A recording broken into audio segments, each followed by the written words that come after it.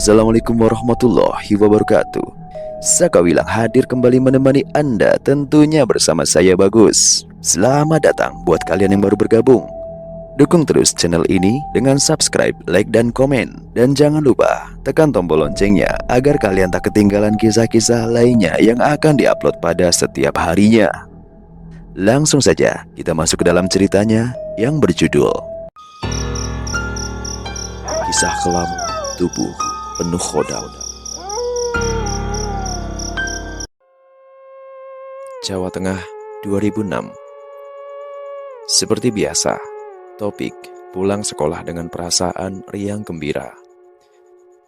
Topik main kejar-kejaran dengan beberapa temannya. Ia nyeker dan menjinjing sepatunya sambil terus bercanda dengan teman-temannya. Tak terasa, perjalanan 2 km dari rumahnya menuju sekolah ia lewati. Sesampainya di rumah, Topik pun mengetuk pintu dan mengucap salam. Terlihat, pintu rumahnya mulai terbuka dan yang membuka pintu adalah adik Topik sendiri. Topik memiliki adik laki-laki namanya Ajis. Setelah masuk, Topik pun bertanya, "Bibi mana? Apalagi ikut ma ke pasar?" Ajis pun menjawab, "Iya, tadi ditelepon sama emak untuk membantu emak di pasar. Kita berdua saja di sini," ujar Ajis. Sepulang sekolah, Ajis dan Topik memang tidak langsung pulang ke rumah, melainkan dititipkan di rumah paman dan bibi mereka. Baru setelah emak mereka pulang, mereka berdua akan dijemput oleh emak dan pulang ke rumah mereka sendiri. Topik sendiri adalah anak kedua dari 3 bersaudara. Ia punya kakak laki-laki dan juga adik laki-laki. Kakaknya ikut dengan bapak merantau ke Jakarta, sedang emak berjualan di pasar. Sementara itu, adik kedua emaknya atau bibinya yang bernama Wati bekerja sebagai ibu rumah tangga dan suaminya bibi yang bernama Wanto adalah seorang petani yang cukup berhasil di desanya. Ketika emak Taufik belum pulang, ia dan adiknya dititipkan ke bibi Wati dan paman Wanto ini. Baru setelah emak pulang, mereka akan dijemput dan pulang ke rumah mereka sendiri.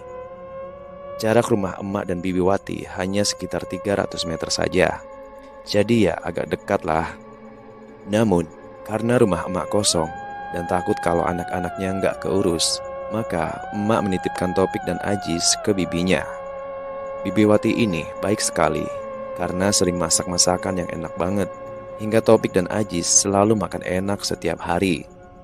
Masakan bibi ini beragam, mulai dari olahan seafood seperti kepiting saus tiram, cumi-cumi asam manis, cumi bumbu kuning, gulai ikan, kerang jamur pedas, sate kerang asin, dan masih banyak lagi.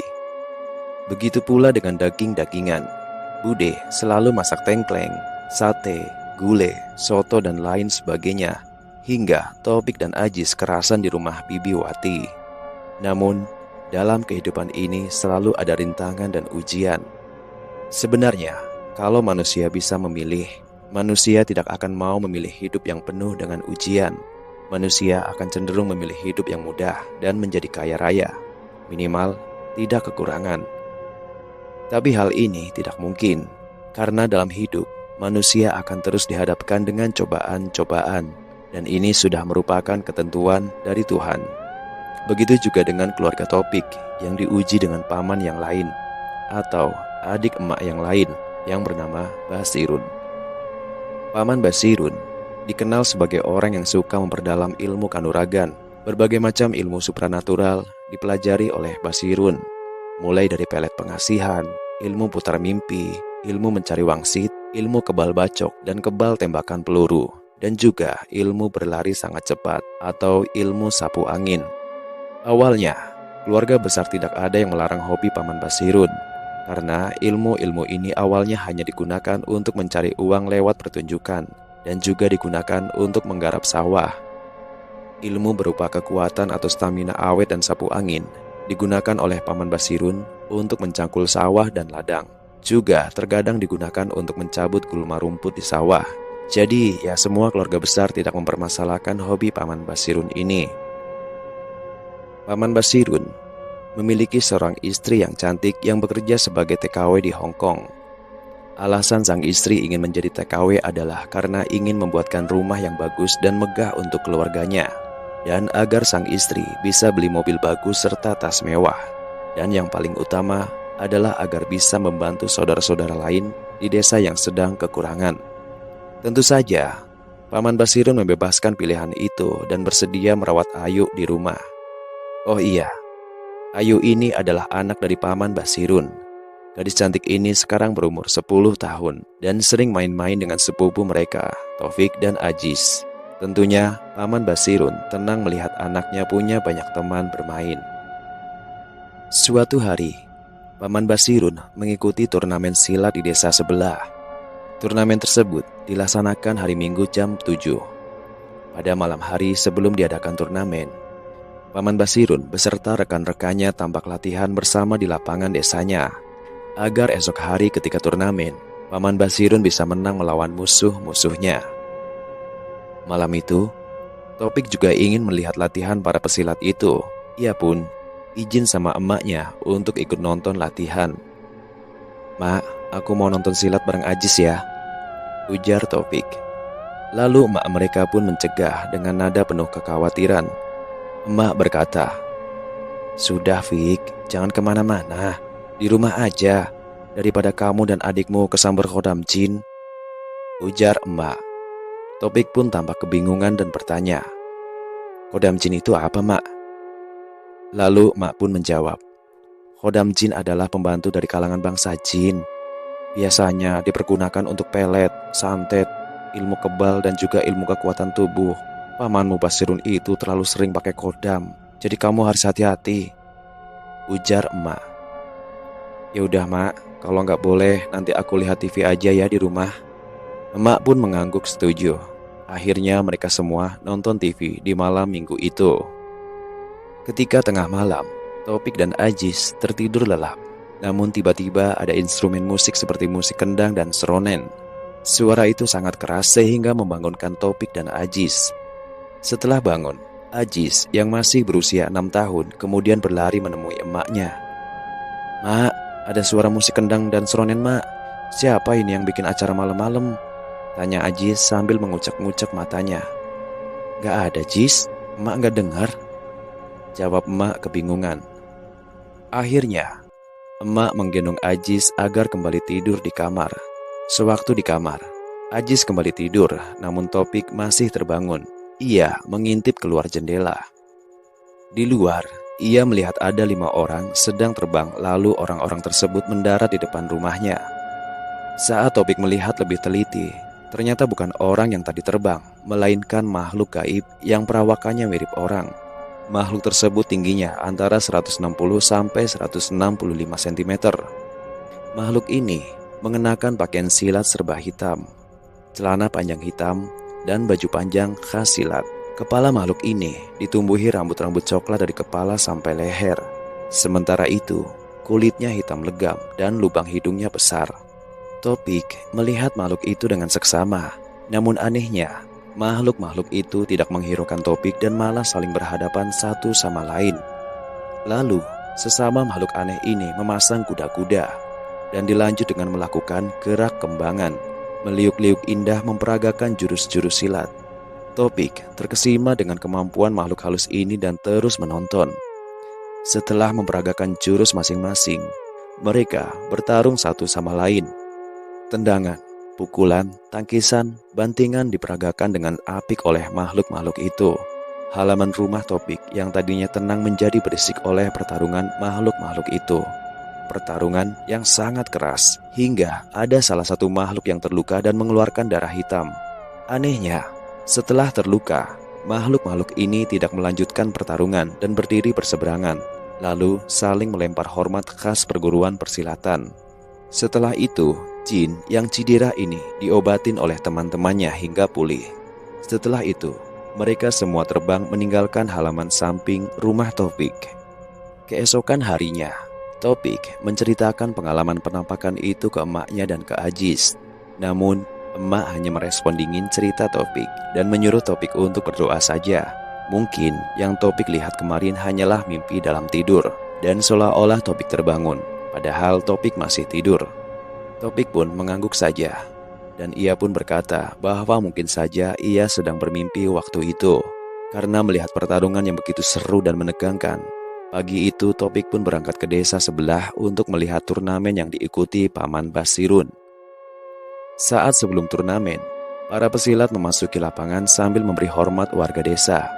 Paman Basirun dan orang-orang di perguruan silatnya juga ikut masuk dan menyapa warga desa. Di sini, Taufik kaget melihat perubahan yang signifikan pada tubuh Paman Basirun. Paman Basirun yang kurus kerempeng, entah kenapa waktu itu menjadi sangat berisi. Di balik baju silatnya, Paman Basirun tampak memiliki otot yang kekar dan besar. Dada Paman Basirun pun kelihatan lebih bidang dan lebih keras.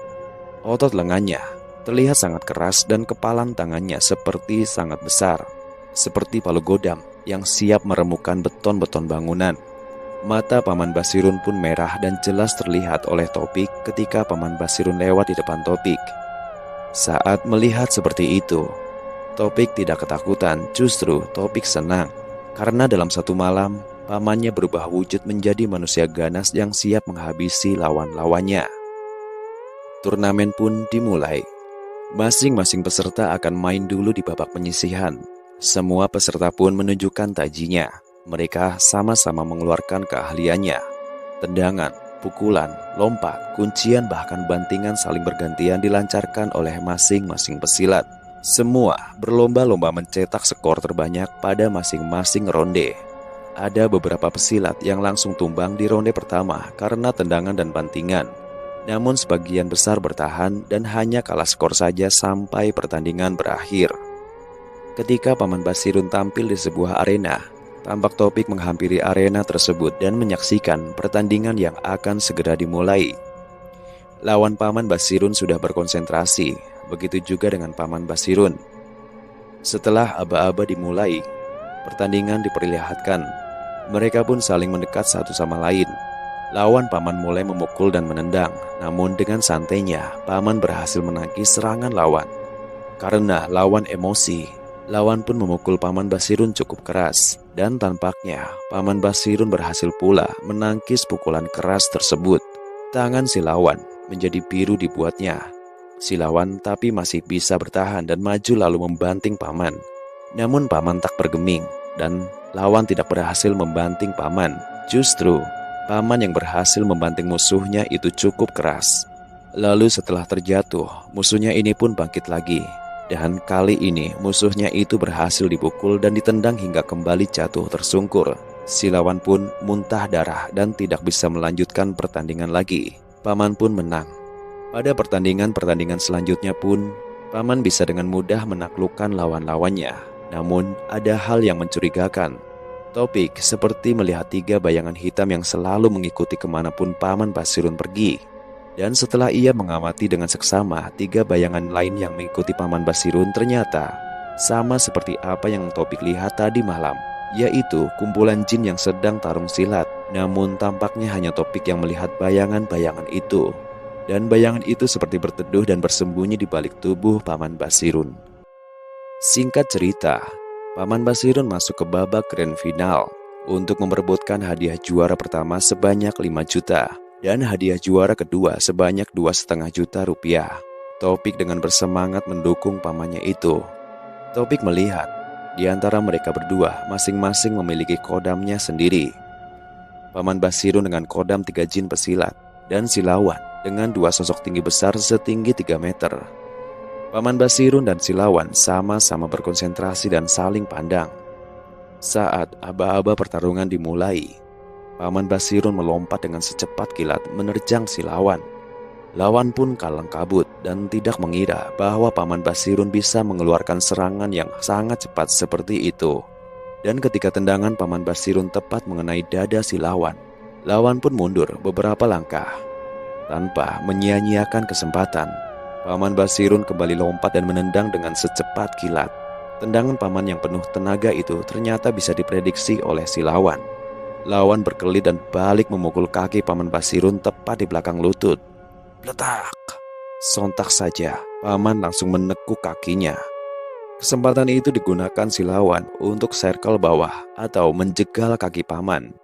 Karena saat itu, posisi paman menendang dan hanya berdiri dengan satu kaki. Paman pun terjatuh, masing-masing dari mereka mendapat skor. Si lawan nampak menunggu paman bangkit sesuai instruksi wasit. Begitu paman bisa berdiri, paman langsung menyambar kembali si lawan. Seperti biasa, si lawan kaget dengan kecepatan luar biasa dari paman Basirun. Dan kaget karena paman langsung bisa mengunci dan membanting si lawan. Namun, si lawan ini ternyata punya kelebihan lain dibanding paman, yaitu power atau tenaga. Memang, paman Basirun punya kecepatan yang luar biasa dan kekuatan yang bagus. Namun, si lawan dengan kodam tinggi besar miliknya mampu punya power berkali-kali lipat dari paman. Pria berbobot 65 kg ini seakan sanggup membanting truk Fuso hanya dalam sekali bantingan. Bukannya berhasil membanting, lawan hanya bergeming saja karena sudah kadung terjadi kontak badan dan kedua badan sudah menempel. Jadi, si lawan yang punya kodam kuat ini pun membanting paman Basirun dengan keras. Kedebuk! Suara bantingan tersebut membuat semua penonton tercengang. Namun bukan paman Basirun namanya kalau tak berhasil bangkit. Paman pun bangkit lagi dan balik memukul si lawan. Waktu si lawan ingin menangkap paman, dengan sigap paman lari menghindar. Jadi, sepanjang sisa waktu dan sisa ronde yang ada, paman menerapkan strategi hit and run. Setelah memukul, menghindar dan lari. Setelah menendang, kemudian lari. Cara ini cukup efektif untuk meningkatkan nilai di hadapan juri. Namun, saat kurang 3 menit, paman lengah dan satu pukulan dan satu bantingan telak mengenai paman dan akhirnya paman kehilangan kecepatannya dan harus rela dihajar oleh si lawan. Nilai paman pun merosot jauh dan paman Basirun akhirnya mendapatkan juara kedua dan bonus babak belur oleh si lawan. Namun ini adalah prestasi di desanya Topik karena paman Basirun dianggap berprestasi oleh warga desa. Topik pun senang dengan kemenangan paman Basirun. Sesampainya di rumah paman Basirun, emak dan Topik mengunjungi paman di sore hari sambil bawa es kacang hijau. Emak atau ibu Topik memberi selamat. Selamat ya dek, kamu sudah bisa juara 2 dan mengharumkan nama desa, ucap emak memberi selamat. Iya mbak, terima kasih. Ini juga dapat bonus babak belur karena lawannya lebih kuat. Jawab paman. Alah, gak apa-apa dek, kamu kan kuat. Paling besok juga sudah mendingan. Ini mbak bawakan es kacang hijau untuk memulihkan tenaga, ujar emak sambil memberikan es kacang hijau. Setelah mengucapkan terima kasih, emak dan Topik pun pamit dari rumah paman. Sore itu, Topik tidak melihat lagi 3 kodam jin pesilat milik paman. Mungkin mereka sudah selesai tugasnya, makanya tidak keluar. Rupanya, itu adalah kali pertama dan terakhir paman Basirun ikut kompetisi. Karena ternyata paman Basirun setelah tarung tanding seperti itu merasa tidak kuat untuk meneruskan dan lebih memilih menjadikan silat sebagai sarana mendapatkan uang tambahan atau istilah sekarang part-time. Kini paman Basirun menjadikan silat sebagai sarana pertunjukan saja dan setiap yang datang pertunjukan akan dimintai uang seikhlasnya. Kalau nggak memberi ya oke saja, memberi Rp500 ya boleh-boleh saja, gak ada masalah. Namun untuk menyempurnakan ilmunya, paman Basirun pergi ke sebuah kaki gunung dan belajar di sebuah padepokan di situ. Paman Basirun mempertajam lagi ilmu melompat tinggi dan ilmu kebal, utamanya kebal api untuk dipergunakan dalam pertunjukan. Setelah balik dari padepokan, kini ilmu paman Basirun sudah lebih sempurna. Ia kini siap untuk melanjutkan karirnya sebagai performer atau penampil di seni pertunjukan. Akan tetapi, ada yang aneh. Kini, Ayu tidak lagi mau tidur dengan ayahnya atau paman Basirun. Kini, Ayu minta tidur di kamar sendiri. Tapi paman Basirun maklum, karena anaknya ini sudah berusia 11 tahun. Mungkin sudah malu kalau harus tidur di peluk bapaknya. Paman Basirun pun mempersilahkan Ayu untuk tidur dimanapun ia mau. Akhirnya, Ayu tidur di depan televisi sambil menonton acara komedi. Sebenarnya, Alasan Ayu minta tidur sendiri bukan karena ia tidak nyaman tidur dengan ayahnya, tapi karena ayahnya tampak menyeramkan dan membuat Ayu tidak nyaman. Ayu tidak bisa melihat makhluk gaib, namun ia sebagai anak kecil masih peka dan masih bisa merasakan kehadiran makhluk gaib. Ayu juga merasakan ada hal aneh yang merusak dan mengancam jiwa. Makanya, karena tidak mau ambil resiko, akhirnya Ayu minta tidur sendiri saja daripada ia takut. Ayu pun tertidur di ruang tengah, bukan di dua kamar lain yang kosong. Alasannya masih sama, yaitu takut. Waktu Ayu main dengan Topik, Ayu bercerita kalau ayahnya ini berubah menyeramkan. "Pik, aku mau cerita deh. Ayahku kok habis pulang dari padepokan kok tambah menyeramkan ya?"